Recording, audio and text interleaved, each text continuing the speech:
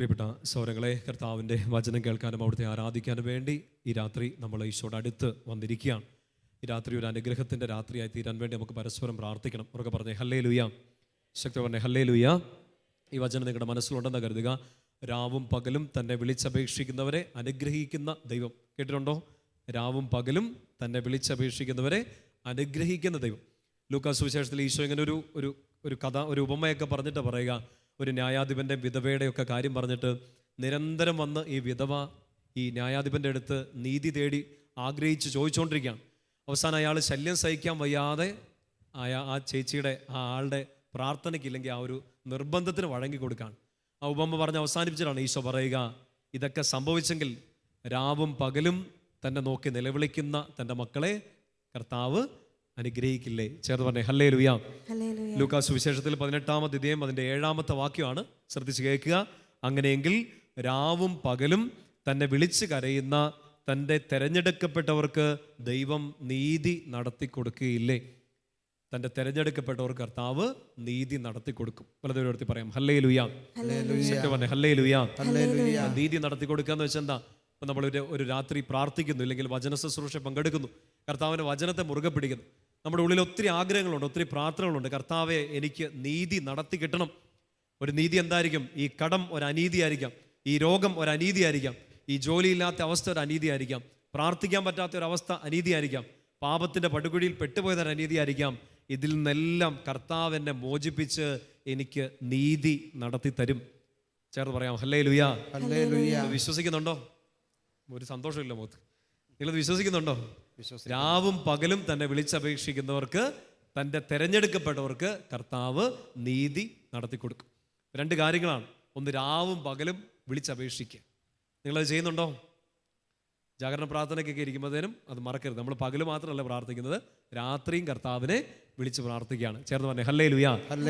രാവും പകലും നിലവിളിക്കുന്നവർക്ക് മാത്രമല്ല, വചനത്തിൽ ഈശോ കൃത്യമായിട്ട് പറയാണ്, രാവും പകലും തന്നെ വിളിച്ചപേക്ഷിക്കുന്ന തൻ്റെ തെരഞ്ഞെടുക്കപ്പെട്ടവർക്ക് അവിടുന്ന് നീതി നടത്തി കൊടുക്കും. നിങ്ങൾ അങ്ങനെയുള്ളവരാണോ?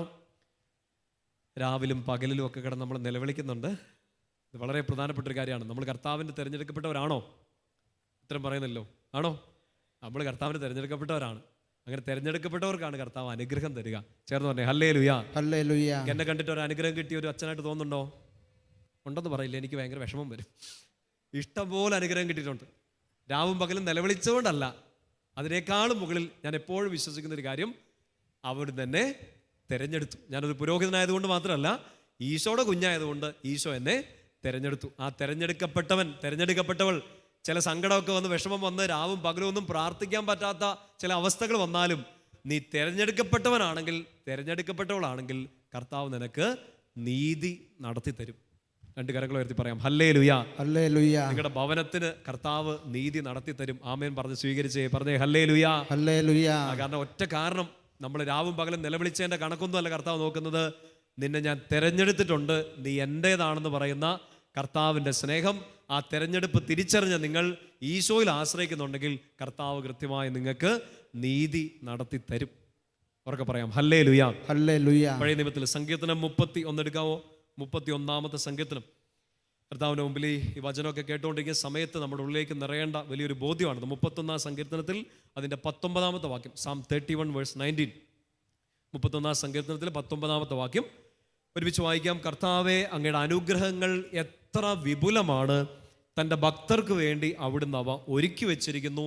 അങ്ങയിൽ അഭയം തേടുന്നവർക്ക് അവ പരസ്യമായി നൽകുന്നു. ഈ വചനം നിങ്ങളുടെ മനസ്സിലുണ്ടാണ് കേട്ടോ. നിങ്ങളുടെ നോട്ട്ബുക്ക് ഒക്കെ എടുത്തുണ്ടെങ്കിൽ ഒന്ന് എഴുതി വെച്ചേക്കുക. സങ്കീർത്തനം 31:19. കർത്താവേ, അങ്ങയുടെ അനുഗ്രഹങ്ങൾ എത്ര വിപുലമാണ്. ഈ വിപുലം എന്നുള്ള വാക്കൊന്നും നമ്മൾ സാധാരണ രീതി ഉപയോഗിക്കാത്തതുകൊണ്ടായിരിക്കും നിങ്ങളിങ്ങനെ ഞെട്ടി കണ്ണൊക്കെ തുറന്നിരിക്കുന്നല്ലേ. കർത്താവേ, അങ്ങയുടെ അനുഗ്രഹങ്ങൾ സൂപ്പറാണ്, ഒത്തിരി ഉണ്ട്, ഒത്തിരി അധികം അനുഗ്രഹങ്ങളുണ്ട്. അത് കർത്താവ് കൊടുക്കും. ആർക്ക്? തിരഞ്ഞെടുക്കപ്പെട്ടവർക്ക് കൊടുക്കും. തിരഞ്ഞെടുക്കപ്പെട്ടവർക്ക് നീതി നടത്തി കൊടുക്കും. 31-ാം സങ്കീർത്തനം 19-ാമത്തെ വാക്യത്തിൽ പറയാണ്, തൻ്റെ ഭക്തർക്ക് വേണ്ടി അവിടുന്ന് അത് ഒരുക്കി വെച്ചിരിക്കുന്നു. തൻ്റെ തിരഞ്ഞെടുക്കപ്പെട്ടവർക്ക് വേണ്ടി, തൻ്റെ ഭക്തർക്ക് വേണ്ടി, രാവും പകലും തന്നെ നോക്കി നിലവിളിക്കുന്നവർക്ക് വേണ്ടി കർത്താവ് ഈ നീതി, ഈ അനുഗ്രഹം എടുത്ത് ഒരുക്കി വെച്ചിരിക്കുന്നു. ചേർന്ന് പറഞ്ഞേ ഹല്ലേലൂയ. പ്രിയപ്പെട്ട സ്വരങ്ങളെ, ഈ വചനം കേൾക്കുന്ന സമയത്ത് നിങ്ങളുടെ ഉള്ളിലൊരു നിയോഗം, ഒരു പ്രാർത്ഥന നിങ്ങൾക്ക് വേണ്ടി ആയിരിക്കാം, നിങ്ങളുടെ പ്രിയപ്പെട്ടവർക്ക് വേണ്ടി ആയിരിക്കാം. പല സ്ഥലങ്ങളിലിരുന്ന് നിങ്ങളിത് കൂടുമായിരിക്കാം, പല രാജ്യങ്ങളിലെ പല ടൈം സോണുകളിലൊക്കെ നിന്നുകൊണ്ട് കർത്താവിൻ്റെ ശുശ്രൂഷ പങ്കെടുക്കായിരിക്കാം. ഇതാ കർത്താവ് നിനക്ക് വേണ്ടി ഒരു അനുഗ്രഹം ഒരുക്കി വെച്ചിരിക്കുന്നു. ചേർന്ന് പറഞ്ഞേ ഹല്ലേലൂയ. കണ്ടീഷൻ ഒന്ന്, അവന് വേണ്ടി കാത്തിരിക്കുന്നവർ, അവൻ്റെ പിന്നാലെ നടക്കുന്നവർ, അവൻ്റെ തെരഞ്ഞെടുക്കപ്പെട്ടവർ, അവൻ്റെ ഭക്തർക്ക് വേണ്ടി അവനെല്ലാം ഒരുക്കി വെച്ചിരിക്കുന്നു. ചേർന്ന് പറയാം ഹല്ലേലൂയ. നല്ല സ്വരത്തിൽ പറഞ്ഞേ ഹല്ലേലൂയ. അടുത്ത വചനം ശ്രദ്ധിച്ചേ, അങ്ങയിൽ അഭയം തേടുന്നവർക്ക് അത് പരസ്യമായി നൽകുന്നു. ചുമ്മാ ഒളിപ്പിച്ച് പിടിച്ചല്ല സമ്മാനം കൊടുക്കുന്നത്. നിങ്ങൾ ഒരു ആരാധനയ്ക്കൊക്കെ പങ്കെടുക്കുമ്പോൾ, ഇല്ലെങ്കിൽ ഒരു ധ്യാനത്തിലൊക്കെ പങ്കെടുക്കുമ്പോൾ, ജാഗരണ പ്രാർത്ഥനയ്ക്കൊക്കെ ഇരിക്കുമ്പോൾ നിയോഗങ്ങളൊക്കെ എങ്ങനെ എഴുതി വെക്കാറ്? ഒരു കടലാസിൽ എഴുതി 4 മടക്കി ഈശോ ഇച്ചിരി കഷ്ടപ്പെട്ട് തുറക്കട്ടെ എന്നൊക്കെ വിചാരിച്ചുകൊണ്ട് ആരും കാണാതെ കൊണ്ട് ഒരു പാത്രത്തിലൊക്കെ ഇടുമായിരിക്കും. ഇല്ലെങ്കിൽ ഈശോയോട് വളരെ രഹസ്യമായിട്ട് ചില നിയോഗങ്ങൾ പറയായിരിക്കും. ഒച്ചത്തിലൊന്നും പ്രാർത്ഥിക്കാനൊക്കെ മടിയൊക്കെ ഉള്ളവരുണ്ടാവും. ചിലപ്പോൾ നിങ്ങളുടെ സങ്കടങ്ങളൊക്കെ ഒച്ചത്തിൽ നിലവിളിച്ച് കരയാനൊക്കെ ഒരു മടി കാണും. അങ്ങനെ നിങ്ങളാരും കരയുന്നില്ലോ അല്ലേ? ഞാനും ഒച്ചത്തിൽ കരയാറില്ല. കഴിഞ്ഞ ആഴ്ച ഒരു ഒരു ഒരു ഒരു സങ്കടം വന്ന സമയത്ത്, അച്ഛന്മാർക്ക് സങ്കടം വരുമെന്ന് ചോദിച്ചാൽ അച്ഛന്മാരുടേതായ സങ്കടങ്ങൾ. അവർ സങ്കടം വന്നപ്പോഴത്തേക്ക് ഞാൻ എന്താ ചെയ്തത്, ഞങ്ങളുടെ ധ്യാനകേന്ദ്രത്തിലെ ഗ്രോട്ടോ ചാപ്പൽ അടച്ചു. പുറത്തുനിന്നല്ല, അകത്ത് കയറി അടച്ചു. ആരും കയറണ്ടാന്ന് തീരുമാനിച്ചു. ആരും അങ്ങനെ എപ്പോഴും അവിടെ ആ സമയത്ത് വരാറില്ല ഞാനിരിക്കുന്ന സമയങ്ങളിൽ, കാരണം അത് രാത്രി കാലങ്ങളായിരിക്കും. ഞാൻ അടച്ച്, ആരും കയറണ്ടെന്ന് വിചാരിച്ചു. എന്നിട്ട് അവിടെ നിന്ന് വഴക്കുണ്ടാക്കി, ഒച്ചത്തിൽ വഴക്കുണ്ടാക്കി. ആര് മാത്രമേ ഉള്ളൂ കേൾക്കാൻ? ഈശോയോട് എങ്ങനെ വഴക്കുണ്ടാക്കേണ്ടതെന്ന് ഞാൻ പിന്നീട് ട്രെയിനിങ് തരാം. ഇപ്പം എങ്ങനെയാണ് പ്രാർത്ഥിക്കേണ്ടതെന്നൊക്കെ പഠിപ്പിച്ചു തരാം. അത് ഭയങ്കര രസമാണ്. പറഞ്ഞിട്ട് ഈശോ കേൾക്കുന്നില്ല, ഇനി എന്നാ ചെയ്യണ്ടേ? വഴക്കുണ്ടാക്കുകയല്ലാണ്ട്. ഒരു രാത്രി നേരം വെളുക്കുന്നതിന് മുമ്പ് കർത്താവ് എനിക്ക് ഉത്തരം തന്നു. എങ്ങനെയെങ്കിലും പോകുമെന്ന് പറഞ്ഞു എന്നോട്. മാറ്റത്ത് ഈശോയ്ക്ക് ഉറങ്ങണ്ടേ, നിലവിളിക്കുകയല്ല. ചിലപ്പോൾ വളരെ രഹസ്യമായിട്ട് നോക്ക്, കർത്താവ് മാത്രം കേട്ടാൽ മതി. കാരണം വേറെ ആരും കേൾക്കണ്ട. കേൾക്കുന്നവർക്കൊന്നും ചിലപ്പോൾ നമ്മുടെ സങ്കടം മനസ്സിലാവില്ല, നമ്മൾ കടന്നു പോകുന്ന ക്രൈസിസുകൾ മനസ്സിലാവില്ല, നമ്മൾ കടന്നു പോകുന്ന തീപ്പൊള്ളുന്ന അനുഭവങ്ങൾ മനസ്സിലാവില്ല. ചിലപ്പോൾ ഏറ്റവും പ്രിയപ്പെട്ടത് നിങ്ങളുടെ മാതാപിതാക്കളോട്, ജീവിത പങ്കാളിയോട്, മക്കളോട് പറഞ്ഞിട്ട് പോലും അവർക്ക് ചിലപ്പോൾ ആ സങ്കടം മനസ്സിലാവില്ല. ഇത് മനസ്സിലാക്കുന്ന ഒരാളുണ്ട്, ആര്? ഈശോ. പക്ഷെ ചില സമയത്ത് മൈൻഡ് ചെയ്യത്തില്ല. അപ്പം എന്നാ ചെയ്യണം? പതുക്കെ ചാപ്പലിൽ കയറിയിട്ട് അച്ഛൻ ചെയ്ത പോലെ വാതിലൊക്കെ അടച്ച് കുറ്റിയിട്ടിട്ട് വഴക്കുണ്ടാക്കും.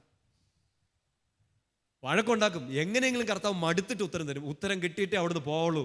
രഹസ്യമായിട്ട് അവിടെ വാതിൽ അടച്ചിരുന്ന് പ്രാർത്ഥിച്ചു. തന്നിൽ അഭയം തേടുന്നവർക്ക് അവൻ അനുഗ്രഹം പരസ്യമായിട്ട് നൽകും. വിശ്വാസം പറഞ്ഞേ ഹല്ലേലൂയ.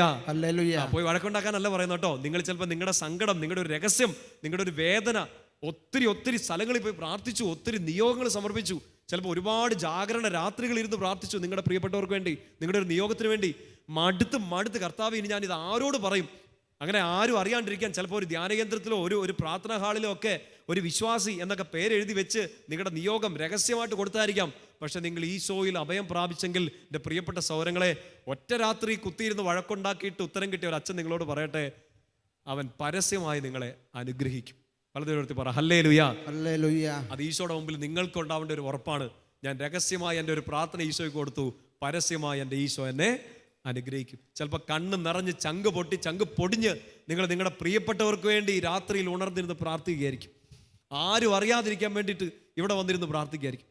ഞാൻ കണ്ടിട്ടുണ്ട് മനുഷ്യരെ അങ്ങനെ വീട്ടിലിരിക്കാൻ പറ്റാത്ത അവസ്ഥയിൽ ചിലപ്പോൾ ചാപ്പലിലൊക്കെ വന്നിരുന്ന്, പള്ളിയിലൊക്കെ വന്നിരുന്ന്, ധ്യാനകേന്ദ്രത്തിൽ വന്നിരുന്ന് ഒക്കെ ആളുകൾ പ്രാർത്ഥിക്കും. ചിലപ്പോൾ വീട്ടിൽ നിന്ന് മാറി നിന്ന്, ജോലി സ്ഥലത്ത് നിന്ന് മാറി നിന്ന്, ഹോസ്റ്റലിൽ നിന്ന് മാറി നിന്നിട്ട് ഒരു പ്രാർത്ഥനാ മുറിയിൽ, ഒരു ദേവാലയത്തിൽ പോയിരുന്ന് പ്രാർത്ഥിക്കും. രഹസ്യമായിട്ട്, ആരും കാണാതിരിക്കാൻ, ആരെങ്കിലും കണ്ടിട്ട് കരച്ചിലൊന്നും കാണാതിരിക്കാൻ വേണ്ടിയിട്ട്. കർത്താവിൽ അഭയം പ്രാപിക്കുന്നവനെ അവിടുന്ന് പരസ്യമായി അനുഗ്രഹിക്കുന്നു. വിശ്വാസം പറഞ്ഞേ ഹല്ലേലൂയ. ഹല്ലേലൂയ. അടുത്ത വചനം ശ്രദ്ധിച്ചേ, 31-ാം സങ്കീർത്തനം നമ്മൾ വായിച്ചുകൊണ്ടിരിക്കുന്നത്. അതിന്റെ 20-ാമത്തെ വാക്യം, അങ്ങ് അവരെ മനുഷ്യരുടെ ഗൂഢാലോചനയിൽ നിന്ന് രക്ഷിക്കാൻ അങ്ങയുടെ സാന്നിധ്യത്തിന്റെ മറവിൽ ഒളിപ്പിച്ചു. എന്ന് വെച്ചാൽ എന്ത് തരത്തിലുള്ള ഒരു ക്രൈസിസ്, എന്ത് തരത്തിലുള്ള വേദനയിലൂടെ നമ്മൾ കടന്നു പോകുമ്പോഴും ഈശോയുടെ അടുത്തേക്ക് പോയി നിങ്ങളൊന്ന് പോയി ഇരുന്നാൽ, ഈശോയിൽ അഭയം പ്രാപിച്ചാൽ, ഈശോയുടെ അടുത്ത് പോയി ചോദിച്ചാൽ, ഒരു ദുഷ്ടനും നിങ്ങളെ തൊടാതെ, ഒരു അപകടവും നിങ്ങളെ സ്പർശിക്കാതെ അവിടെ നിങ്ങളെ സ്നേഹത്തോടെ ഇങ്ങനെ വലയം ചെയ്യും. സങ്കീർത്തകൻ ഉറപ്പ് തരികയാണ്. വചനം ശ്രദ്ധിച്ചേ, അങ്ങയുടെ സാന്നിധ്യത്തിൻ്റെ മറവിൽ അവരെ ഒളിപ്പിച്ചു. എൻ്റെ പ്രിയപ്പെട്ട സ്വരങ്ങളെ, നമ്മൾ പലരും പല സങ്കടങ്ങളും വന്നിട്ട്, വലിയ വേദനകളൊക്കെ വന്നിട്ട്, ഒത്തിരി രോഗങ്ങൾ വന്ന്, പരാജയങ്ങൾ വന്ന്, എന്നിട്ടും നമ്മൾ ഇതിനെയൊക്കെ അതിജീവിച്ചതിൻ്റെ ഒറ്റ കാരണം ഇത്രയേ ഉള്ളൂ, ഈശോ നമ്മളെയൊക്കെ പൊതിഞ്ഞു പിടിച്ചു. ശരിയാണോ? ഈശോ പൊതിഞ്ഞു പിടിച്ചു. നമ്മൾ ആഗ്രഹിക്കും ചിലപ്പോൾ വീടുന്ന സമയത്ത്, സങ്കടത്തിൻ്റെ സമയത്ത് ആരെങ്കിലുമൊക്കെ ഒന്ന് വട്ടം കയറി പിടിക്കണമെന്ന്. ആരും കാണത്തില്ല. കെട്ടിപ്പിടിക്കാൻ വന്നവരൊക്കെ നമ്മളെ ഞെക്കി പിഴിഞ്ഞിട്ടൊക്കെ ഉണ്ടാവുള്ളൂ. പക്ഷെ നമ്മളെ ഈശോ ഇങ്ങനെ പൊതിഞ്ഞു പിടിച്ചുകൊണ്ട് മാത്രമാണ് നമ്മളിങ്ങനെ നേരെ നിൽക്കുന്നത്. ദുഷ്ടൻ നമ്മളെ തൊടാതെ, തിന്മ നമ്മളെ സ്പർശിക്കാതെ കർത്താവ് നമ്മളെ പൊതിഞ്ഞു പിടിച്ചു. ചേർന്ന് പറയാം ഹല്ലേലൂയ. ഹല്ലേലൂയ. പറഞ്ഞേ ഹല്ലേലൂയ. ഹല്ലേലൂയ. തൊട്ടടുത്ത വചനം ശ്രദ്ധിച്ചേ. നിന്ദാവചനങ്ങൾ ഏൽക്കാതെ അങ്ങയുടെ കൂടാരത്തിൽ അവരെ മറച്ചു വെച്ചു. പൊതിഞ്ഞു പിടിച്ചു, വലയം ചെയ്തു, മറച്ചു വെച്ചു.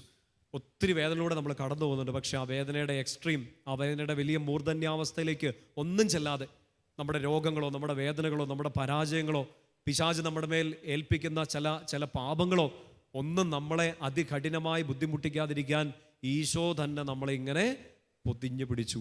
ചേർന്ന് പറയാം ഹല്ലേലൂയ. ഹല്ലേലൂയ. സങ്കീർത്തനത്തിന്റെ അവസാനത്തെ വചനം ഇങ്ങനെയാണ്: കർത്താവിനെ കാത്തിരിക്കുന്നവരെ ദുർബലരാകാതെ ധൈര്യം അവലംബിക്കുവിൻ. 31 സങ്കീർത്തനം 24 വാക്യം. കർത്താവിനെ കാത്തിരിക്കുന്നവരെ ദുർബലരാവാതെ ധൈര്യം അവലംബിക്കുവിൻ. ഇന്ന് രാത്രിയിൽ ഈ വചനം കേൾക്കുന്ന സമയത്ത് നിങ്ങളുടെ ഉള്ളിലേക്ക് ഈ കാര്യങ്ങളൊക്കെ ഒന്ന് കണക്ട് ചെയ്ത് നിറയണം. ഒന്ന്, തന്നെ കാത്തിരിക്കുന്നവർക്ക് വേണ്ടി, രാവും പകലും തന്നെ വിളിച്ചപേക്ഷിക്കുന്നവർക്ക് വേണ്ടി, തൻ്റെ തെരഞ്ഞെടുക്കപ്പെട്ടവർക്ക് വേണ്ടി, തൻ്റെ ഭക്തർക്ക് വേണ്ടി, തന്നിൽ അഭയം പ്രാപിക്കുന്നവർക്ക് വേണ്ടി, തന്നെ കാത്തിരിക്കുന്നവർക്ക് വേണ്ടി കർത്താവ് പ്രവർത്തിക്കും. നിങ്ങളുടെ ഹൃദയത്തിലേക്ക് നിറഞ്ഞാൽ, ഈ ഒരു ഫൗണ്ടേഷൻ നിങ്ങൾക്ക് കിട്ടിയാൽ, ഇന്ന് രാത്രിയിൽ ഞാൻ നിങ്ങളെ വിഷമിപ്പിക്കാൻ വേണ്ടിയിട്ട് തുടങ്ങുകയാണ്. നിങ്ങളിപ്പോൾ ഇത്തിരി സന്തോഷമാണെന്ന് എനിക്കറിയാം. ഞാൻ ഇന്ന് രാത്രിയിൽ ഇന്നത്തെ ജാഗരണ പ്രാർത്ഥനയ്ക്ക് വേണ്ടി പ്രാർത്ഥിച്ചൊരുങ്ങിയപ്പോൾ എനിക്ക് കിട്ടിയൊരു തോന്നൽ നിങ്ങളുമായിട്ടൊന്ന് പങ്കുവയ്ക്കുകയാണ്. പക്ഷെ അതിന് മുമ്പ് ഒരു ഫൗണ്ടേഷൻ ഒരുക്കണമല്ലോ, നിലത്തൊന്ന് നിർത്തിയിട്ട് വേണമല്ലോ നിങ്ങളെ ഒന്ന് ഒരു സങ്കടത്തിലേക്ക് നയിക്കാൻ വേണ്ടിയിട്ട്. ചേർന്ന് പറഞ്ഞേ ഹല്ലേലൂയ. ഹല്ലേലൂയ. ഇത്രയും നേരം അച്ഛൻ പറഞ്ഞ കാര്യങ്ങൾ, വചനത്തിൻ്റെ അടിസ്ഥാനത്തിൽ പറഞ്ഞ കാര്യങ്ങൾ നിങ്ങൾ വിശ്വസിക്കുന്നുണ്ടോ? അച്ഛൻ പറഞ്ഞതിൻ്റെ പേരിലല്ല, പകരം ഇത് ആരുടെ വചനമായതുകൊണ്ടാണ്? കർത്താവിൻ്റെ വചനമായതുകൊണ്ട്. ചേർന്ന് പറഞ്ഞേ ഹല്ലേലൂയ. ഹല്ലേലൂയ. ഈ പറഞ്ഞ വചനങ്ങളെല്ലാം നമ്മുടെ ഹൃദയത്തിൽ നമുക്ക് ഉറപ്പുള്ളൊരു കാര്യമാണ്. കർത്താവിനെ കാത്തിരിക്കുന്ന എനിക്ക് വേണ്ടി കർത്താവ് പ്രവർത്തിക്കും. എൻ്റെ പ്രിയപ്പെട്ട സഹോദരങ്ങളെ, ഇന്ന് രാത്രി നിങ്ങളോട് ഒരു കുഞ്ഞു കാര്യം ഒന്ന് ഷെയർ ചെയ്യാൻ വേണ്ടി ആഗ്രഹിക്കുക. ഈ കേൾക്കാതെ പോകുന്ന ചില പ്രാർത്ഥനകൾ, ഉത്തരം കിട്ടാതെ പോകുന്ന ചില നിലവിളികൾ, അതാണ് ഇന്ന് രാത്രി ഒന്ന് ഷെയർ ചെയ്യാൻ വേണ്ടി ആഗ്രഹിക്കുക. ഇത് എൻ്റെ അനുഭവമാണ്, നിങ്ങളുടെ അനുഭവമാണ്. ശരിയാണോ? എല്ലാ പ്രാർത്ഥനയും ഉത്തരം കിട്ടിയിട്ടുണ്ടോ? സമ്മതിക്കേ, ഉണ്ടോ? ഇല്ല. കിട്ടിയിട്ടുണ്ടോ ഉത്തരം? കുറേ ഒക്കെ നമുക്ക് കിട്ടിയിട്ടുണ്ട്.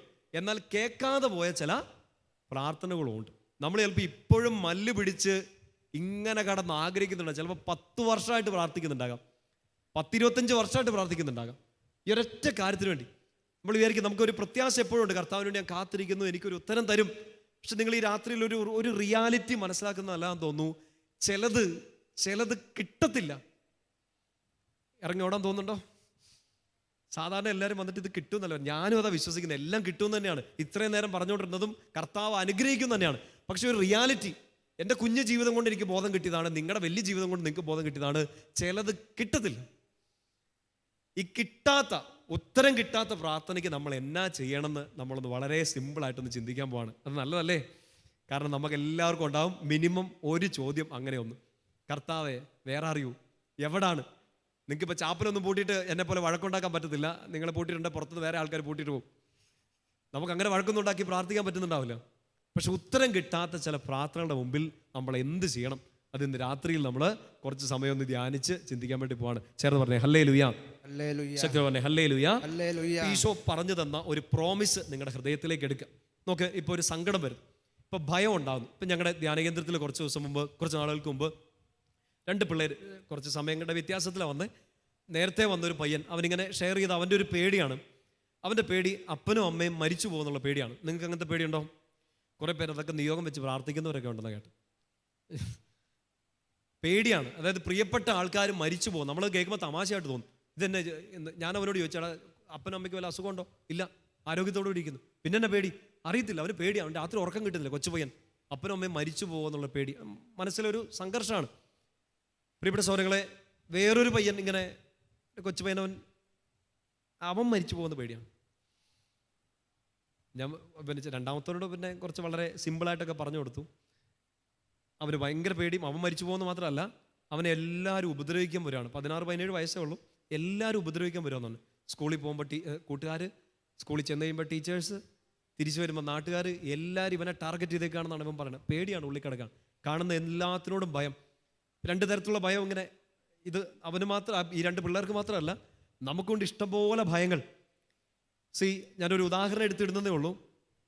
ഈ ഭയം വരുമ്പോൾ ഒരു നല്ല ക്രിസ്ത്യാനിയുടെ ഉള്ളിൽ ഒരു വചനം കയറി വരും. കാറ്റിലെയും കടലിലെയും ശാസിച്ച കർത്താവ് പറഞ്ഞ വചനം, ഭയപ്പെടണ്ട, ഞാൻ നിന്റെ കൂടെ ഉണ്ട്. ഇത് കർത്താവിൻ്റെ ഒരു വാഗ്ദാനമാണ്. ചേർന്ന് പറഞ്ഞേ ഹല്ലേലൂയ. ഹല്ലേലൂയ. രണ്ട് പിള്ളേരുടെ കാര്യം ഓർക്കണ്ട. നിങ്ങളോ ഞാനോ ഭയപ്പെടുമ്പോൾ അതെന്തിനെ ആവട്ടെ, നമ്മുടെ കഴിഞ്ഞ കാലത്തെ ആയിരിക്കാം, മനുഷ്യരായിരിക്കാം, പിശാചിനായിരിക്കാം, ഭാവി ജീവിതത്തെ ആയിരിക്കാം, എന്തിനെങ്കിലൊക്കെ ഭയപ്പെടുമ്പോൾ നമ്മുടെ ഉള്ളിൽ ഈ വചനം കയറി വരും. ആത്മാവ് അത് നെടുവീർപ്പുകളായിട്ട് കൊണ്ടുതരും. ഭയപ്പെടേണ്ട, കർത്താവിൻ്റെ കൂടെയുണ്ട്. ഒരു വാഗ്ദാനമാണ്. ഇന്ന് നോക്ക്, നിങ്ങൾക്ക് കാര്യങ്ങളൊന്നും നന്നായിട്ട് ചെയ്യാൻ പറ്റുന്നില്ല, വിശുദ്ധിയിൽ ജീവിക്കാൻ പറ്റുന്നില്ല, പ്രാർത്ഥിക്കാൻ പറ്റുന്നില്ല. നമുക്കൊരു വാഗ്ദാനമുണ്ട്. നിങ്ങളെ എല്ലാ കാര്യത്തിലും സഹായിക്കുന്ന പരിശുദ്ധാത്മാവ് നിങ്ങളെ ശക്തിപ്പെടുത്തും. ഇതെല്ലാം കർത്താവിൻ്റെ പ്രോമിസാണ്. ഞാൻ നിങ്ങളുടെ കൂടെയുണ്ട്, പരിശുദ്ധാത്മാവ് നിങ്ങളുടെ മേൽ വരും, ഞാൻ നിങ്ങളെ കൈവിടില്ല. 100 കണക്കിന് വാഗ്ദാനം കർത്താവ് നമുക്ക് തന്നിട്ടുണ്ട്. നമ്മളതെല്ലാം വിശ്വസിക്കുന്നുണ്ട്. ശരിയാണോ? ഉത്തരം പറ, ശരിയാണോ? കർത്താവ് കൂടെ ഉണ്ടെന്ന് അറിയാം, പരിശുദ്ധാത്മാവ് സഹായിക്കുമെന്ന് അറിയാം, സകല വിശുദ്ധരുടെയും മാലാഖമാരുടെ ഒക്കെ സാന്നിധ്യം നമ്മുടെ കൂടെയുണ്ട്. കർത്താവ് തന്ന എല്ലാ വാഗ്ദാനങ്ങളും നിറവേറും നമുക്കറിയാം. എൻ്റെ പ്രിയപ്പെട്ട സഹോദരങ്ങളെ, അങ്ങനെയെങ്കിൽ ഈശോ പറഞ്ഞ ഒരുറപ്പും കൂടെ നമ്മൾ മറന്നു പോകല്. പരിശുദ്ധാത്മാവ് നിങ്ങളുടെ കൂടെ വരുമെന്ന ഉറപ്പ് മാത്രമല്ല, ഭയപ്പെടേണ്ട, ഞാൻ നിങ്ങളുടെ കൂടെ ഉണ്ടാകുന്നുള്ള ഉറപ്പ് മാത്രമല്ല, ഈശോ തന്ന മറ്റൊരു ഉറപ്പുണ്ട്, മറ്റൊരു വാഗ്ദാനമുണ്ട്. അത് യോഹന്നാൻ 16:33 വചനം ഒന്ന് എടുക്കാമോ? ഈശോയുടെ വാഗ്ദാനങ്ങൾ നമ്മൾ പരിശുദ്ധാത്മാവിൻ്റെ വാഗ്ദാനത്തിലോ ഭയം ഇല്ലായ്മയുടെ വാഗ്ദാനങ്ങളിലോ ഒതുക്കരുത്. ഈശോ പറഞ്ഞ സുന്ദരമായ, ഇച്ചിരി സീരിയസ് ആയൊരു വാഗ്ദാനമാണ്. 16:33 വചനം ഇങ്ങനെയാണ്: നിങ്ങൾ എന്നിൽ സമാധാനം കണ്ടെത്തേണ്ടതിനാണ് ഞാനിത് നിങ്ങളോട് പറഞ്ഞത്. ലോകത്തിൽ നിങ്ങൾക്ക് ഞെരുക്കം ഉണ്ടാകും. ഇതാര് പറഞ്ഞ? ഭയപ്പെടണ്ടെന്ന് പറഞ്ഞ കർത്താവ്, പരിശുദ്ധാത്മാവിനെ തരുമെന്ന് പറഞ്ഞ കർത്താവ്, ഞാൻ എപ്പോഴും നിങ്ങളുടെ കൂടെ ഉണ്ടെന്ന് പറഞ്ഞ കർത്താവ് നിങ്ങളോട് ഒരു വാഗ്ദാനം കൂടെ തരികയാണ്. എന്താണ് വാഗ്ദാനം? ഈ ലോകത്തിൽ നിങ്ങൾക്ക് ഞെരുക്കം ഉണ്ടാവും. നിങ്ങളിത് വിശ്വസിക്കുന്നുണ്ടോ? ഉണ്ടേലും ഇല്ലേലും ഞെരുക്കം ഉണ്ടാവും. ഇത് ഹൃദയത്തിലോട്ട് ഏറ്റെടുത്തേക്കണം. പലപ്പോഴും നമ്മൾ ഇങ്ങനത്തെ വാഗ്ദാനങ്ങളൊന്നും അത് കൊള്ളത്തില്ല, സുവിശേഷപ്പെട്ടി എടുത്തിട്ട് അത് വേണ്ട, അത് വേണ്ട, നമുക്ക് പറ്റുന്ന എന്തെങ്കിലുമൊക്കെ വേണ്ട. ഇന്ന് മോഷ്ടിക്കാൻ പോവാണ്, ഏത് വേണം വചനം? ഭയപ്പെടണ്ട, ഞാൻ നിന്റെ കൂടെയുണ്ട്. അടിയുടെ പെരുന്നാൾ നടക്കും. നമുക്ക് ഇഷ്ടമുള്ള വചനങ്ങൾ മാത്രം നമ്മൾ സെലക്ട് ചെയ്ത് ബാക്കിയല്ല സുവിശേഷപ്പെട്ടി ഈ മഞ്ഞ കളർ കൊള്ളത്തില്ല.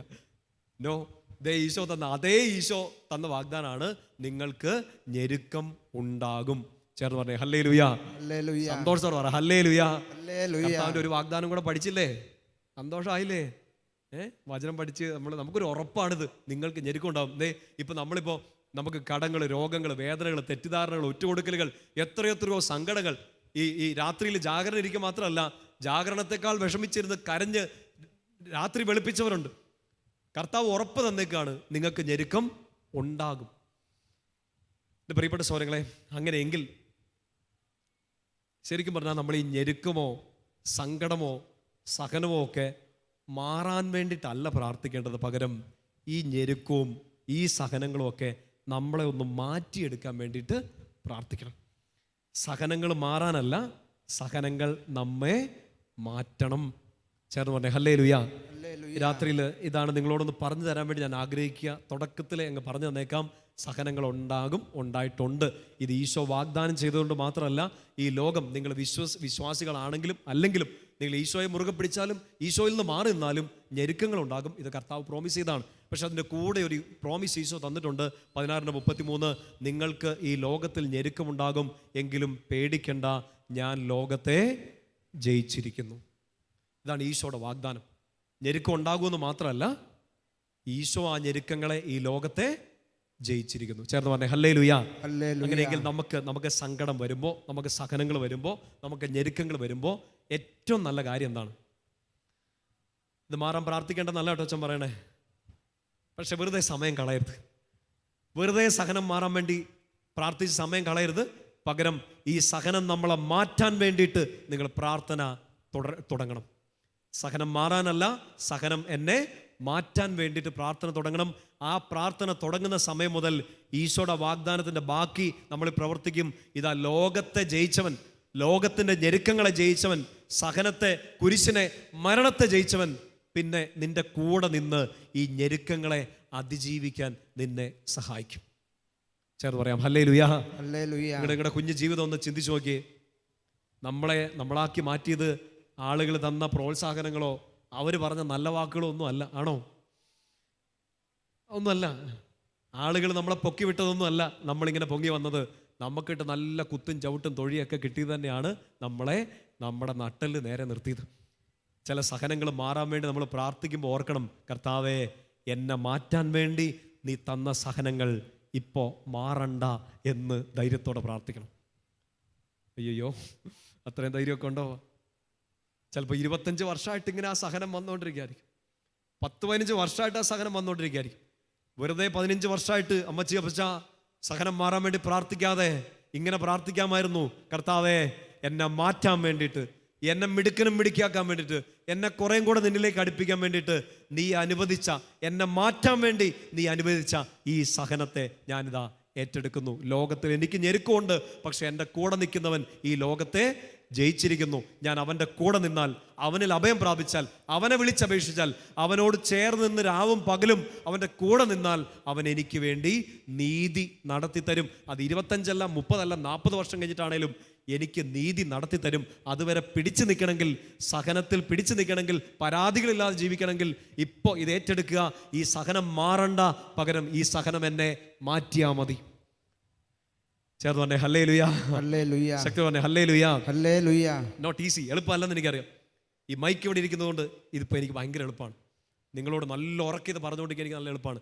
പക്ഷേ അത്ര ഉറക്കല്ലാതെ ചങ്ക് പൊട്ടി ഇത് ഏറ്റെടുക്കാൻ ബുദ്ധിമുട്ടിയ ഒരു സ്റ്റേജ് എനിക്കും ഉണ്ടായിട്ടുണ്ട്. എളുപ്പമല്ല. എല്ലാ ദിവസവും പരിശുദ്ധ കുർബാന അർപ്പിക്കുന്ന ഒരു വൈദികന്, ഒറ്റ ദിവസം പോലും മുടങ്ങാതെ വചനം പറയുന്ന ഒരു വൈദികനും, എല്ലാ ദിവസവും ആരാധനയ്ക്കിരിക്കുന്ന ഒരു വൈദികനും ഇത് എളുപ്പമല്ല. സഹനം നമ്മളെ പൊള്ളിക്കും, നമ്മളെ വേദനിപ്പിക്കും. പക്ഷെ അതിനെ കാണുന്ന കണ്ണുകൾ, ഈശോയുടെ കണ്ണുകളോടെ നമുക്കത് കാണാൻ പറ്റിയാൽ, ഇത് മാറാതെ ഇതെന്നെ മാറ്റുമെങ്കിൽ, ഇതാണ് കർത്താവിൻ്റെ ഇഷ്ടമെങ്കിൽ, ഇതെന്നെ മാറ്റുമെങ്കിൽ ഞാൻ ഇതിന് തയ്യാറാണെന്ന് പറഞ്ഞ് ആ സഹനത്തിന് നിങ്ങൾ കൈ കൊടുത്താൽ, പിന്നെ കർത്താവ് നിങ്ങളെ പൊതിഞ്ഞു പിടിച്ച് നിങ്ങളെ പൊക്കിയെടുത്ത് നടത്തിക്കോളും. ഈ സഹനം നിങ്ങളെ മാറ്റും. ചേർന്ന് പറഞ്ഞേ ഹല്ലേലൂയ, ഹല്ലേലൂയ. രണ്ട് കരങ്ങൾ ഉയർത്തി ശക്തിയോടെ പറഞ്ഞേ ഹല്ലേലൂയ, ഹല്ലേലൂയ, ശക്തിയോടെ ഹല്ലേലൂയ, ഹല്ലേലൂയ. ഇടയ്ക്ക് ഹല്ലേലൂയൊക്കെ പറയുന്നതൊക്കെ ഇഷ്ടമാണോ? ആണോ? അച്ഛന് പോയിന്റ് കിട്ടാത്തതിൻ്റെ അല്ല കേട്ടോ. നല്ല സ്തുതിച്ചോളുക. പ്രത്യേകിച്ച് ഈ സങ്കടമൊക്കെ വരുന്ന സമയത്ത്, രാത്രി ഉറക്കമൊക്കെ വരുന്ന സമയത്ത്, ഒന്നും മനസ്സിലാവാത്ത സമയത്ത് ഈ അച്ഛൻ ഇതെന്തായി പറയണേ, സഹനം മാറാൻ വേണ്ടി ഞാൻ എന്തോരം നിയോഗം വെച്ച്, എത്ര കുർബാനയല്ലേ ഇപ്പം ആണ്ട വന്നിട്ട് പറയുന്നത് അത് മാറണ്ടത്. ഞാൻ പറയുന്നത് വല്ലതും പിടികിട്ടുന്നുണ്ടോ? ഇത് നമ്മളെ മാറ്റണം. ദേ ചെയ്യേണ്ട ഒറ്റ കാര്യമാണ്, ഈശോയിലേക്ക് അങ്ങ് അടുത്തേക്ക്. എൻ്റെ പ്രിയപ്പെട്ട സഹോദരങ്ങളെ, ഒരു 2-3 മാസം, നിങ്ങൾക്കിത് പറഞ്ഞാൽ വിശ്വസിക്കാൻ പറ്റുമെന്ന് പറഞ്ഞോടാ, ഒരു 2-3 മാസം ഒന്നും ചെയ്യാൻ പറ്റാത്ത സ്ഥിതികളിലൂടെ ഞാൻ കടന്നുപോയിട്ടുണ്ട്. ഒന്നും ചെയ്യാൻ പറ്റുന്നില്ല. സുവിശേഷ പ്രഘോഷണം നടക്കുന്നുണ്ട്, ധ്യാനങ്ങൾ നടക്കുന്നുണ്ട്, ആരാധനയ്ക്ക് ഇരിക്കുന്നുണ്ട്. പക്ഷേ ഇതിങ്ങനെ ഇവിടുന്ന് അങ്ങ് വരുന്നില്ല. കാരണം നമ്മുടെ ഉള്ളിൽ ഇങ്ങനെ ഇവിടെ ഒരു ഭാരം നിൽക്കുന്നു, ഒരു സഹനം നിൽക്കുന്നു, ഒരു സങ്കടം നിൽക്കുന്നു. ഈ ഉള്ളിൻ്റെ ഉള്ളിലുള്ള ഈശോയെ ഒന്ന് കാണാനൊന്നും എക്സ്പീരിയൻസ് ചെയ്യാൻ പറ്റാത്ത സമയങ്ങൾ വരുന്നുണ്ട്. ആരാധനയ്ക്ക് ഇരുന്നിട്ട് കർത്താവിൻ്റെ മുഖം കാണാൻ പറ്റാത്ത സമയങ്ങൾ വരുന്നുണ്ട്. ബൈബിൾ എടുത്ത് തുറന്ന് മറിച്ചിട്ട് ഒന്നും മനസ്സിലാവാത്ത സമയങ്ങൾ വരുന്നുണ്ട്. വിശുദ്ധ കുർബാന അർപ്പിക്കുന്ന സമയത്ത് ശ്രദ്ധ തെറ്റുന്ന സമയങ്ങൾ വരുന്നുണ്ട്. കുഞ്ഞു മനുഷ്യരാണ് നമ്മൾ. എനിക്കുണ്ടായ ഒരു ക്രൈസിസിനെ പറയണേ. അവിടെ എല്ലാം നമ്മൾ ഇത്ര തീരുമാനിക്കേണ്ടതുണ്ടോ? അച്ഛൻ്റെതായ ഒരു ക്രൈസിസ് പറഞ്ഞാണ്, അതിനെ അതിജീവിച്ച കാര്യം പറയാണ്.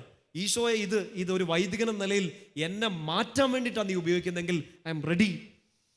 ഇത് നിന്നിലേക്ക് എന്നെ അടുപ്പിക്കത്തേ ഉള്ളൂ, ഞാൻ ഇട്ടേച്ച് പോവില്ല എന്ന് നിങ്ങൾ തീരുമാനിക്കുന്ന സമയം മുതൽ എൻ്റെ പ്രിയപ്പെട്ട സഹോദരങ്ങളെ, 3 മാസമോ 30 വർഷമോ ഈശോ ഇടപെടാൻ പോകുന്നത് നിങ്ങൾ ചിന്തിക്കുന്നതിനെക്കാട്ടും അപ്പുറമായിട്ടായിരിക്കും.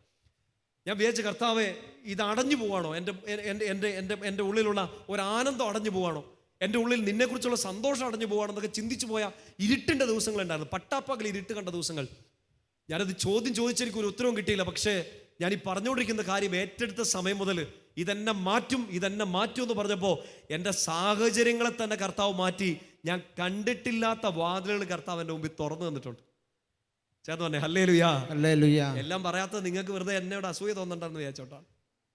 പൗലോസ്ലീഹ ഇങ്ങനെ പറയില്ലേ, എഫെസോസിൽ എനിക്ക് വേണ്ടി ഒരു പുതിയ വാതിൽ തുറന്നു. അപ്പുറത്തെ സൈഡിൽ പൗലോസ്ലീഹ ഏഷ്യയിലോട്ട് പോകുന്നത് തടസ്സപ്പെടുത്തി, പൗലോസ്ലീഹയുടെ വഴികളെ തടസ്സപ്പെടുത്തി. പൗലോസ്ലീഹ സങ്കടപ്പെട്ടിരുന്നൊന്നുമില്ല, വീണ്ടും ശുശ്രൂഷ തുറന്നു. ഒരു ഘട്ടത്തിൽ വെച്ച് പൗലോസ്ലീഹ പറയാണ്, അവിടെ വാതിൽ അടഞ്ഞത് നന്നായി, ഇപ്പുറത്ത് എനിക്ക് വേണ്ടി മറ്റൊരു വാതിൽ കർത്താവ് തുറന്നു വെച്ചിരിക്കുന്നു. പ്രിയപ്പെട്ട സഹോദരങ്ങളെ, നിങ്ങൾ ചോദിച്ച ആഗ്രഹിച്ച സ്ഥലത്ത് നിങ്ങൾ എത്തിയിട്ടുണ്ടാവില്ല, നിങ്ങൾ പ്രതീക്ഷിച്ച ജോലിയിൽ നിങ്ങൾ എത്തിയിട്ടുണ്ടാവില്ല, നിങ്ങൾ ആഗ്രഹിച്ച രീതി നിങ്ങളുടെ മക്കള് വളർന്നെത്തിയിട്ടുണ്ടാവില്ല, നിങ്ങൾ പ്രാർത്ഥിച്ച ആ പ്രാർത്ഥനയ്ക്ക് ഒരു ഉത്തരമായിരുന്നില്ല നിങ്ങളുടെ ജീവിത പങ്കാളി, നിങ്ങളുടെ കുടുംബ സാഹചര്യം നിങ്ങൾ ഉദ്ദേശിച്ചതോ നിങ്ങളോ പ്രാർത്ഥിച്ച് സ്വപ്നം കണ്ടതോ ഒന്നും ആയിരിക്കില്ല. വാതിൽ അടഞ്ഞു നിൽക്കുകയാണ്. ഇന്ന് ഈ രാത്രിയിൽ ഇത് കേട്ടുകൊണ്ടിരിക്കുന്ന സമയത്ത് ഈശോയുടെ പ്രിയപ്പെട്ട മക്കള് എന്ത് സങ്കടത്തിലൂടെ, എന്ത് സഹനത്തിലൂടെ, എന്ത് തരം ക്രൈസിസിലൂടെ നിങ്ങൾ കടന്നു പോട്ടെ, ഇപ്പൊ ഈ സമയം മുതൽ ഇന്ന് ഏറ്റെടുക്കുക, ഈശോയെ ഇത് മാറണ്ട, ഇതെന്നെ മാറ്റിയാൽ മതി. ലൈഫ് മാറും, സിറ്റുവേഷൻ മാറും. കർത്താവ് ഇതൊക്കെ മാറ്റിയെടുക്കും. നമ്മളെയും മാറ്റും, നമ്മുടെ സാഹചര്യങ്ങളെയും മാറ്റും, നമ്മൾ കണ്ടിട്ടില്ലാത്ത വാതിലുകൾ നമ്മുടെ മുമ്പിൽ കർത്താവ് തുറന്നു തരും. വിശ്വാസത്തോടെ പറയാം ഹല്ലേലൂയ. സത്യം പറഞ്ഞേ ഹല്ലേലൂയ. ഹല്ലേലൂയ. ഈശോയിലേക്ക് നോക്കിക്കോളുക, അത്രേ ഉള്ളൂ. പഴയ നിയമത്തിലെ ഒരു ഉദാഹരണം എടുത്ത് നിങ്ങൾക്ക് ഇത് നന്നായിട്ട് മനസ്സിലാവുന്ന കരുതുക. ഈ രാജാക്കന്മാരുടെ പുസ്തകത്തിൽ നമ്മളിങ്ങനെ കാണുന്നുണ്ട്, ഒത്തിരി മിടുക്കന്മാരായ രാജാക്കന്മാർ, കുറേ തല്ലിപ്പൊളികൾ. ഇതിനകത്ത് നല്ല മിടുക്കനായ ഒരു രാജാവാണ്. തീർച്ചയായിട്ടും നിങ്ങൾ ഇയാളെക്കുറിച്ച് കേട്ടിട്ടുണ്ടോ? ഹെസക്കിയ എന്ന രാജാവിനെ കുറിച്ച് നിങ്ങൾ കേട്ടിട്ടുണ്ടാവും. 10-25 വയസ്സായ സമയത്ത് രാജാവായതാണ്. രാജാക്കന്മാരുടെ 2-ാമത്തെ പുസ്തകം 18-ാമത്തെ അധ്യായത്തിലാണ് ഈ ഹെസക്കിയ രാജാവിനെ കുറിച്ച് പറയുന്നൊരു കാര്യമാണ്. അയാൾ നീതിമാനായിരുന്നു, ദൈവത്തിൽ അതികഠിനമായിട്ട് വിശ്വസിച്ചിരുന്നു, കർത്താവിനോട് ഇങ്ങനെ ഒട്ടിച്ചേർന്ന് നിന്നു, കർത്താവും അവൻ്റെ കൂടെ നിന്നു, എല്ലാ കാര്യത്തിലും അവൻ വിജയിച്ചു. ഹെസക്കിയയെ കുറിച്ച് പറയുന്നതാണ്. ഈ രാജാവിനെ കുറിച്ച് കേട്ടിട്ടുണ്ടോ? ഇല്ല. അങ്ങനെ ഒരു രാജാവുണ്ട്. 3 പ്രത്യേകതകളാണ് അയാളെക്കുറിച്ച് വിശുദ്ധരെന്ന് പറയുക. 1, അയാൾ നീതിമാനായിരുന്നു. എന്തായിരുന്നു ഒന്നാമത്തെ പ്രത്യേകത? നീതിമാനായിരുന്നു. 2, അയാളൊരു നല്ല ദൈവവിശ്വാസിയായിരുന്നു. 3, അയാൾ ദൈവത്തോട് ഒട്ടി നിന്നു. അതിന് റിസൾട്ടായിട്ട്, അതിന് പ്രതിഫലമായിട്ട് കർത്താവ് അയാൾക്ക് കൊടുത്തത് എന്താണെന്നറിയോ? കർത്താവ് അവൻ്റെ കൂടെ നിന്നു, എല്ലാ കാര്യത്തിലും അവൻ വിജയിച്ചു. വിശുദ്ധഗ്രന്ഥം ഒന്ന് എടുക്കാവോ? 2 രാജാക്കന്മാർ അതിൻ്റെ 18-ാമത്തെ അധ്യായം, 2 Kings chapter 18. ഹെസക്കിയ യൂദായിലെ നല്ല മിടുക്കനായ ഒരു രാജാവാണ്. കുറെ കഴിയുമ്പോഴത്തേന് ഇച്ചിരി തല്ലിപ്പൊളിത്തരങ്ങളൊക്കെ കാണിക്കും. എന്നാൽ ഇതിനകത്തൊരു 98% ഇയാൾ നല്ല മിടുക്കനായ ഒരു രാജാവാണ്. ഇയാളെക്കുറിച്ച് പറയുന്ന ഒന്നാമത്തെ കാര്യമാണ് 18:3. പിതാവായ ദാവീദിനെ പോലെ അവൻ കർത്താവിൻ്റെ മുമ്പിൽ നീതി പ്രവർത്തിച്ചു. നമ്മളും അങ്ങനെയൊക്കെ ആണല്ലോ അല്ലേ? ആണോ? ആണ്. കർത്താവിൻ്റെ മുമ്പിൽ നീതി പ്രവർത്തിക്കുന്നവരാണ്. 2-ാമത്തെ കാര്യം, 5-ാമത്തെ വാക്യം, ഇസ്രായേലിൻ്റെ ദൈവമായ കർത്താവിൽ അവൻ വിശ്വസിച്ചു. നമ്മളെപ്പോലെയൊക്കെ തന്നെ നീതി പ്രവർത്തിക്കുന്നുണ്ട്, വിശ്വസിക്കുന്നുണ്ട്. 3-ാമത്തെ കാര്യം, 6-ാമത്തെ വാക്യത്തിലാണ്, അവൻ കർത്താവിനോട് ഒട്ടി നിന്നു. ഇത് 3 ചെയ്യുന്നവർക്കുള്ള പ്രതിഫലമാണ് 7-ാമത്തെ വാക്യത്തിൽ നമ്മളിങ്ങനെ വായിക്കുക, കർത്താവ് അവൻ്റെ കൂടെ ഉണ്ടായിരുന്നു, അവൻ്റെ ഉദ്യമങ്ങളെല്ലാം ഐശ്വര്യപൂർണ്ണമായി. ഇപ്പം ഹെസക്കിയ ഇങ്ങനെ നല്ല മിടുക്കനായിട്ട് ജീവിച്ചു. ഇവിടെ സർലോർക്ക് നമ്മുടെ നോർമൽ ലാംഗ്വേജിൽ പറഞ്ഞാൽ നല്ലൊരു മനുഷ്യൻ, നല്ലൊരു ക്രിസ്ത്യാനി, ഈശോയുടെ കൂടെ നിൽക്കുന്നൊരു മനുഷ്യൻ. നമുക്ക് നമ്മുടെ സങ്കടങ്ങളുടെ വേദന കൂടാനുള്ള കാരണവും ഒരുപക്ഷെ ഇതൊക്കെ ആയിരിക്കാം. ഈശോയെ പള്ളി പോകാത്തവർ, പ്രാർത്ഥിക്കാത്തവർ, ധ്യാനത്തിൽ പങ്കെടുക്കാത്തവർ, ബൈബിള് തൊട്ടിട്ടില്ലാത്തവർ, അവർക്കൊന്നും വലിയ കുഴപ്പമൊന്നുമില്ല. അവരൊക്കെ നല്ല നല്ല മിടുക്കന്മാരായിട്ട് നട്ടൽ നിവർത്തി അഹങ്കരിച്ച് നടക്കുന്നു. ഈ പള്ളി പോകുന്ന, ജാഗരണ പ്രാർത്ഥനയ്ക്ക് പോകുന്ന, വചനം കേൾക്കുന്ന, ശുശ്രൂഷ പങ്കെടുക്കുന്ന, ശുശ്രൂഷ ജീവിതത്തിലുള്ള എനിക്ക് ഈ സങ്കടങ്ങൾ, വേദനകൾ, നമ്മുടെ വേദന കൂടും. പിള്ളേരൊക്കെ നമ്മളോടൊന്ന് ചോദിക്കും, ആ കൊച്ചു പള്ളി പോയില്ല, അത് ജയിച്ച്. എല്ലാ ദിവസവും അമ്മ എന്നെ കൊണ്ട് മെഴുതിരി കത്തിച്ച്, കയ്യും പൊള്ളി, തിരിയും തീർന്ന്, പൈസയും പോയി, പൈസയും തോറ്റു. കൊച്ചു ചോദിക്കുമ്പോൾ അമ്മച്ചി എന്നാ പറയും? അമ്മച്ചി പിശാച ചോദ്യം ചെയ്യില്ലെന്ന് പറഞ്ഞിട്ടുണ്ടെങ്കിൽ ആ പിശാച് പിന്നെ നമ്മളെ ചോദ്യം ചെയ്യും. പിള്ളേർ ചോദിക്കും, നമ്മുടെ മുമ്പ് ഉത്തരം കിട്ടില്ല. നമുക്ക് വേദന കൂടുന്നത് അങ്ങനെയാണ്. കർത്താവേ, ഞാൻ തല്ലിപ്പൊളിയായിട്ട് നടന്നിട്ടാണ് ഇത് സംഭവിച്ചെങ്കിൽ ഓക്കെ, പക്ഷെ ഞാൻ നിന്റെ കൂടെ നിന്നതല്ലേ. എൻ്റെ പ്രിയപ്പെട്ട സഹോദരങ്ങളെ, വലിയൊരു ഉദാഹരണമാണ് ഹെസക്കിയ. 2 പ്രധാനപ്പെട്ട സംഭവങ്ങളാണ് ഇയാളുടെ ജീവിതത്തിൽ സംഭവിക്കുക. ഒന്ന്, ഇയാളുടെ വലിയൊരു രോഗസൗഖ്യം. അതിനു മുമ്പ് സംഭവിക്കുന്ന ഒരു വലിയ കാര്യമാണ്, ഈ യൂദാ രാജ്യത്തെ ആക്രമിക്കാൻ വേണ്ടി ശത്രു സൈന്യം, സെന്നാകരീബിൻ്റെ നേതൃത്വത്തിൽ ശത്രു സൈന്യം വരുന്ന സമയത്ത് വലിയൊരു പീഡനം നടക്കുകയാണ്, വലിയ സഹനം നടക്കുകയാണ്. ഈ സെന്നാകരീബ് രാജാവിൻ്റെ ഒരു സൈന്യാധിപൻ വന്നിട്ട് വെല്ലുവിളിക്കുകയാണ്, ജനത്തെ കൂട്ടി നിർത്തിയിട്ട് കളിയാക്കുകയാണ്. അവരോട് പറയുന്നുണ്ട്, നിങ്ങൾ ഈ ഹെസക്കിയ പറയുന്നൊന്നും കേൾക്കണ്ട. ഹെസക്കിയ പറയുന്നു ദൈവം നിങ്ങളെ രക്ഷിക്കും. ഹെസക്കിയ പറയുന്നു കർത്താവ് നിങ്ങൾക്ക് വേണ്ടി ഇടപെടും. ഇയാൾ ഈ ശത്രുവിൻ്റെ ഈ സൈന്യാധിപൻ വന്നിട്ട് വെല്ലുവിളിക്കുകയാണ്. ഹെസക്കിയ പറയുന്നത് ഒന്നും സംഭവിക്കില്ല. ഹെസക്കിയ പറയുന്നത് നിങ്ങൾ വിശ്വസിക്കാൻ പോകണ്ട, നിങ്ങൾ രാജാവിനെ, സെന്നാകരീബിനെ പോയി അഭയം പ്രാപിക്കുക, നിങ്ങൾ രക്ഷപ്പെടും. പ്രിയപ്പെട്ട സഹോദരങ്ങളെ, നൂറ്റാണ്ടുകൾക്ക് മുമ്പ് നടന്നൊരു വെല്ലുവിളി മാത്രമല്ല അത്. ഇന്ന് നമ്മളൊരു സഹനത്തിലൂടെ കടന്നു പോകുന്ന സമയത്ത് എനിക്കറിയില്ല നിങ്ങൾ എത്ര സ്ഥലങ്ങളിൽ പോയിട്ടുണ്ടെന്ന്. പള്ളി പോയി മടുത്തവർ വേറെ സ്ഥലങ്ങളിൽ പോകുന്ന ഒരു പ്രലോഭനം ഉള്ള നാട്ടിലാണ് നമ്മൾ. കുർബാനയ്ക്ക് പോയിട്ട് നടന്നില്ല, എന്നാൽ പിന്നെ അപ്പുറത്ത് പോയി ഒന്ന് കുമ്പിട്ടേക്കാം എന്ന് കരുതുന്ന ടീമുകളാണ് നമ്മൾ.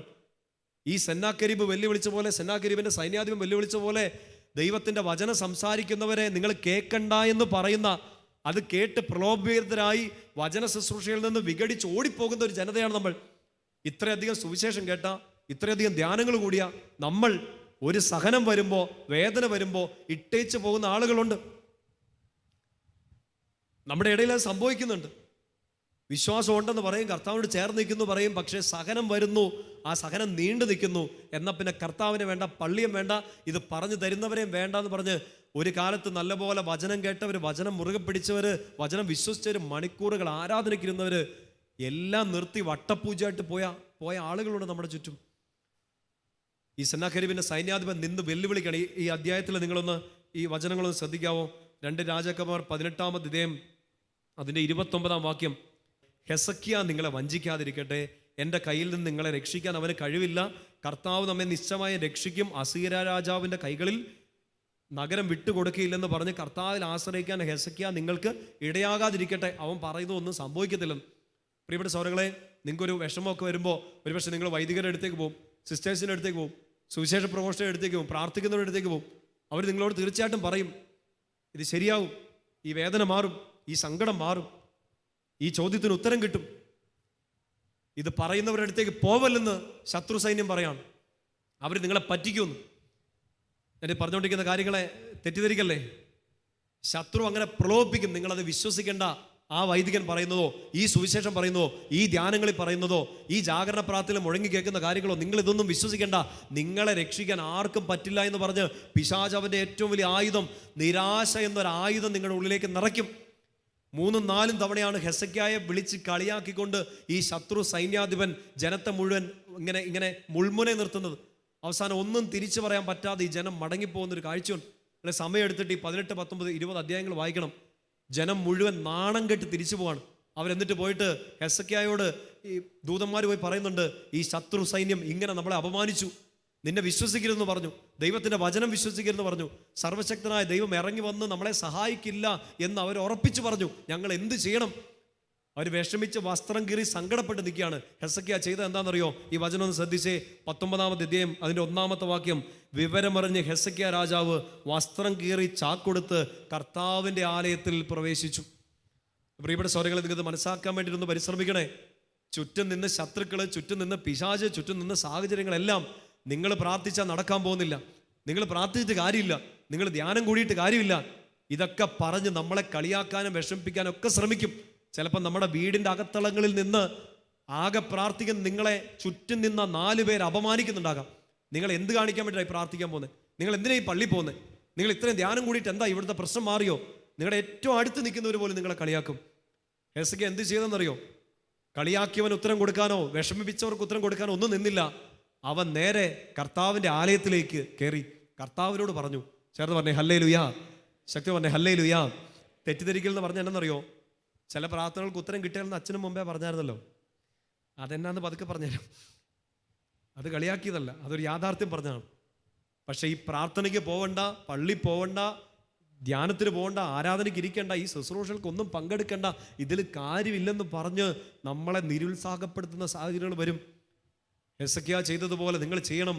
ആര് എന്ത് നിരാശപ്പെടുത്തിയാലും, ഈ പ്രാർത്ഥനയ്ക്ക് ഒരു ഉത്തരവും കിട്ടാൻ പോകുന്നില്ലെന്ന് നിങ്ങളുടെ ഉള്ളിൽ തന്നെ ഒരു ചിന്ത വന്നാലും കർത്താവിൻ്റെ അടുത്തേക്ക് നിങ്ങൾ പോവണം.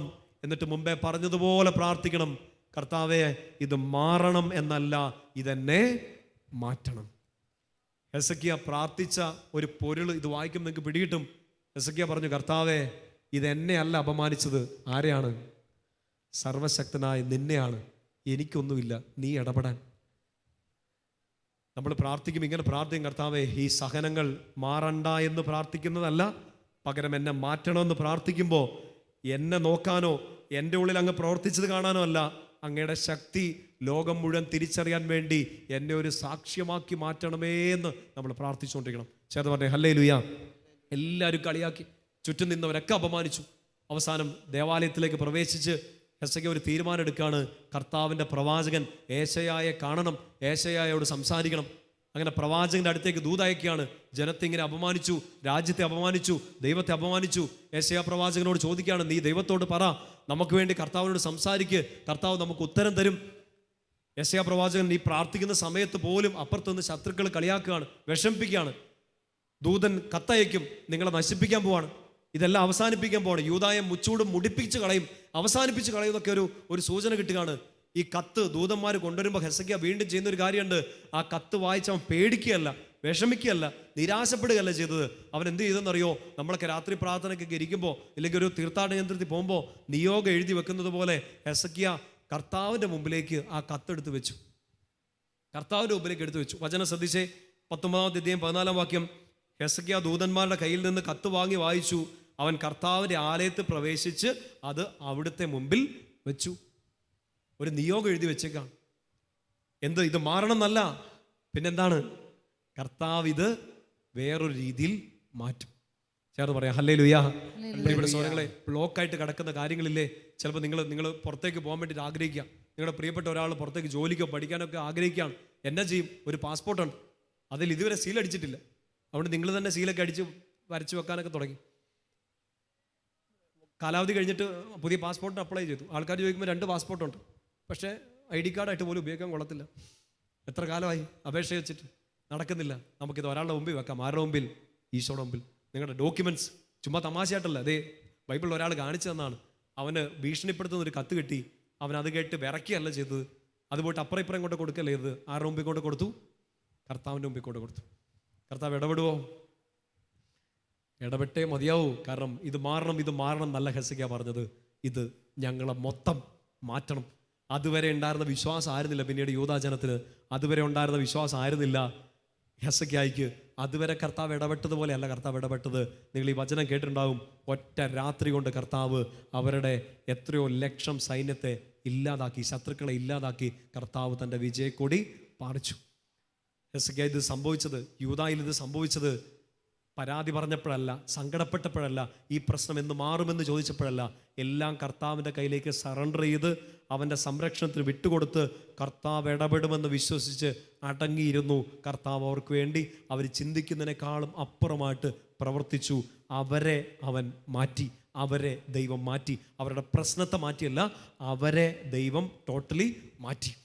അതുകൊണ്ട് ഹെസ്കേൽ പിന്നീട് വലിയൊരു രോഗം വരുമ്പോൾ വേറെ ഒന്നും ചോദിക്കാൻ പോയില്ല. ഹെസ്കേൽ നേരെ ഭിത്തിയിലേക്ക് തിരിഞ്ഞ് 20-ാമത്തെ അധ്യായം നിങ്ങൾ വായിക്കണം.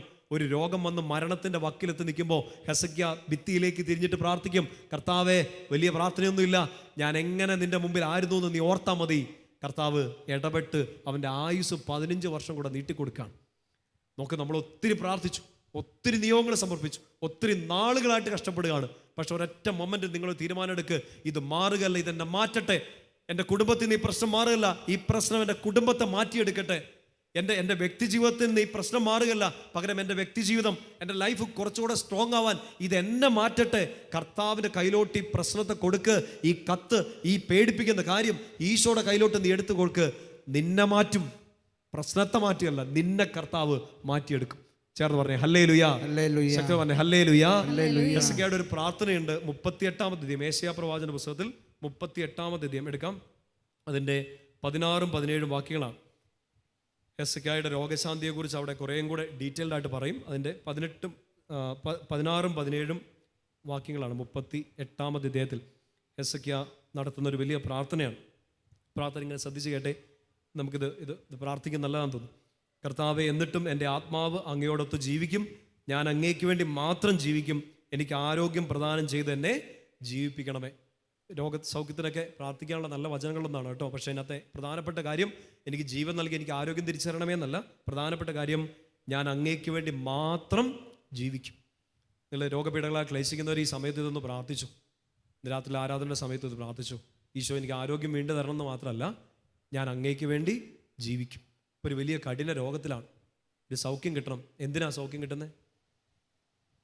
കുറച്ചുകൂടെ പഠിക്കാം, കുറച്ചുകൂടെ ജോലി ചെയ്യാം, കുറച്ചുകൂടെ ശുശ്രൂഷ ചെയ്യാം, കുറച്ചുകൂടെ അധ്വാനിക്കാം, ആണോ? അല്ല, കർത്താവെ, ഞാൻ അങ്ങേക്ക് വേണ്ടി ജീവിക്കും. നല്ല പ്രാർത്ഥനയല്ലേ അത്? നല്ല പ്രാർത്ഥനയാണ്. അങ്ങനെ പ്രാർത്ഥിക്കാൻ തുടങ്ങിയാൽ രോഗം മാറിയില്ലെങ്കിലും നമ്മൾ ആരോഗ്യത്തിലായിരിക്കും. കാരണം പിന്നെ ആരാ കൊണ്ടു നടക്കുന്നത്? ഈശോയാണ്. കേൾക്കാത്ത പ്രാർത്ഥനകളിലും കർത്താവ് പിന്നെ നമ്മളെങ്ങ് കൊണ്ടു നടക്കും. ആ പ്രാർത്ഥന ശ്രദ്ധിച്ചേ. കർത്താവ്, എന്നിട്ടും എൻ്റെ ആത്മാവ് അങ്ങയോടൊത്ത് ജീവിക്കും, ഞാൻ അങ്ങേക്ക് വേണ്ടി മാത്രം ജീവിക്കും, എനിക്ക് ആരോഗ്യം പ്രദാനം ചെയ്ത് എന്നെ ജീവിപ്പിക്കണമേ. നല്ലൊരു പ്രാർത്ഥനയാണ്. 17-ാമത്തെ വാക്യം ശ്രദ്ധിച്ചേ. എൻ്റെ കഠിന വേദന എൻ്റെ നന്മയ്ക്ക് വേണ്ടിയായിരുന്നു, അങ്ങൻ്റെ എല്ലാ പാപങ്ങളും അങ്ങയുടെ പിന്നിൽ എറിഞ്ഞു കളഞ്ഞതുകൊണ്ട് നാശത്തിൻ്റെ കുഴിയിൽ നിന്ന് എൻ്റെ ജീവനെ അങ്ങ് രക്ഷിച്ചു. ഹെസ്കേൽ പറയാണ്, എൻ്റെ കഠിന വേദന എൻ്റെ നന്മയ്ക്ക് വേണ്ടിയിട്ടായിരുന്നു, ഇത് കർത്താവ് നന്മയ്ക്കാക്കി മാറ്റും. അപ്പോൾ ആ രാജാക്കന്മാർ അവർ വന്ന് ശത്രുസൈന്യം വന്ന സമയത്ത് ഹെസ്കേൽ പരാതിപ്പെട്ടില്ല, കർത്താവിൻ്റെ കയ്യിലോട്ട് കൊടുത്തു. കാരണം ഇത് നന്മയ്ക്കാക്കി കർത്താവ് മാറ്റുമെന്നവൻ വിശ്വസിച്ചു. രോഗം വന്ന സമയത്ത് പരാതി പറയാൻ പോയില്ല, പകരം കർത്താവിലേക്ക് നോക്കിയിട്ട് പറഞ്ഞു, കർത്താവെ, നീ എന്നെ ഒന്ന് ഓർത്തേക്കണേ. പരാതി പറയാൻ പോയില്ല, കർത്താവ് ഇത് നന്മയ്ക്കാക്കി മാറ്റുമെന്നവൻ വിശ്വസിച്ചു. ഇന്ന് മാറാത്ത സങ്കടങ്ങൾ, മാറാത്ത വേദനകൾ, മാറാത്ത കടം, രോഗം, വേദന, ഇത് കർത്താവ് ഒരു നന്മയ്ക്കാക്കി മാറ്റും. വിശ്വാസോടെ ഹല്ലേലൂയാ. ആ നന്മ എന്താണ്? നമ്മളെ അവൻ മാറ്റിയെടുക്കും.